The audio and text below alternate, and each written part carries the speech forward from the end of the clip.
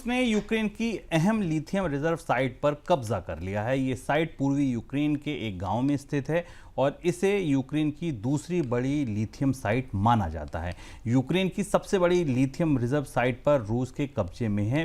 अब ये दूसरी साइट है जिस पर रूस का कब्जा है। क्रिटिकल एसेट को लेकर अमेरिका और यूक्रेन के बीच हुई डील पर असर पड़ सकता है, ये भी आशंका है। सर, क्यों इतनी महत्वपूर्ण है ये और दरअसल हुआ क्या ये पूरा मामला? ये बेहद सनसनीखेज खबर है। चूंकि रूस और यूक्रेन के बीच शांति वार्ताओं की कोशिश असफल हो गई। पुतिन ने 2 दिन पहले बयान दिया कि पूरा यूक्रेन उनका है और वो पूरे यूक्रेन पर कब्जा करना चाहते हैं, पूरा यूक्रेन वो चाहते हैं। इसके बाद रूस की सेना ने अपने अभियान में एक बेहद महत्वपूर्ण और बड़ी स्ट्रेटेजिक माइन जो कि रूस के यूक्रेन के डोनेस्क इलाके में है, शेवचेंको के पास, इसके पास लिथियम डिपॉजिट कब्जा कर लिया।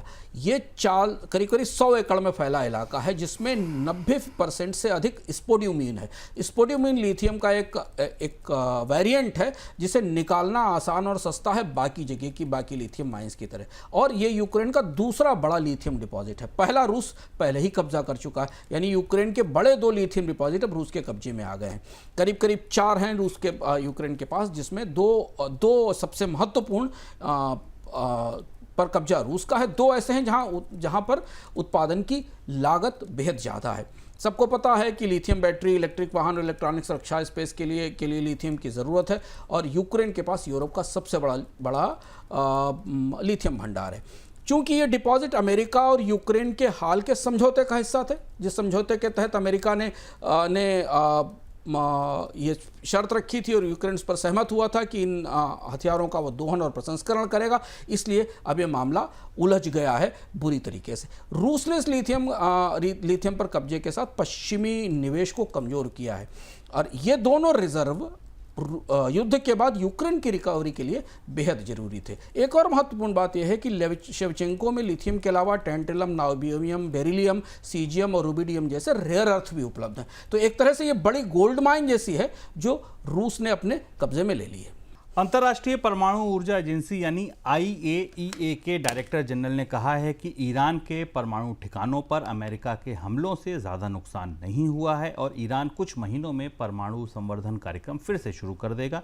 उधर अमेरिकी राष्ट्रपति ट्रंप ने कहा है कि ईरान अगर फिर से परमाणु बम पर काम करेगा तो अमेरिका उस पर फिर से हमला करेगा। सर, मिडिल ईस्ट के संदर्भ में IAEA के चीफ के इस बयान को कैसे समझा जाए? देखिए, कच्चे तेल की कीमतों पर अभी हालांकि उतना दबाव नहीं है, कच्चे तेल की कीमतों में बढ़ोतरी के संकेत नहीं है, लेकिन ईरान और अमेरिका के बीच जो रिश्तों का और परमाणु हथियारों को लेकर, यूरेनियम को लेकर जो विवाद शुरू हुआ वो उलझ रहा है, पेचीदा हो रहा है।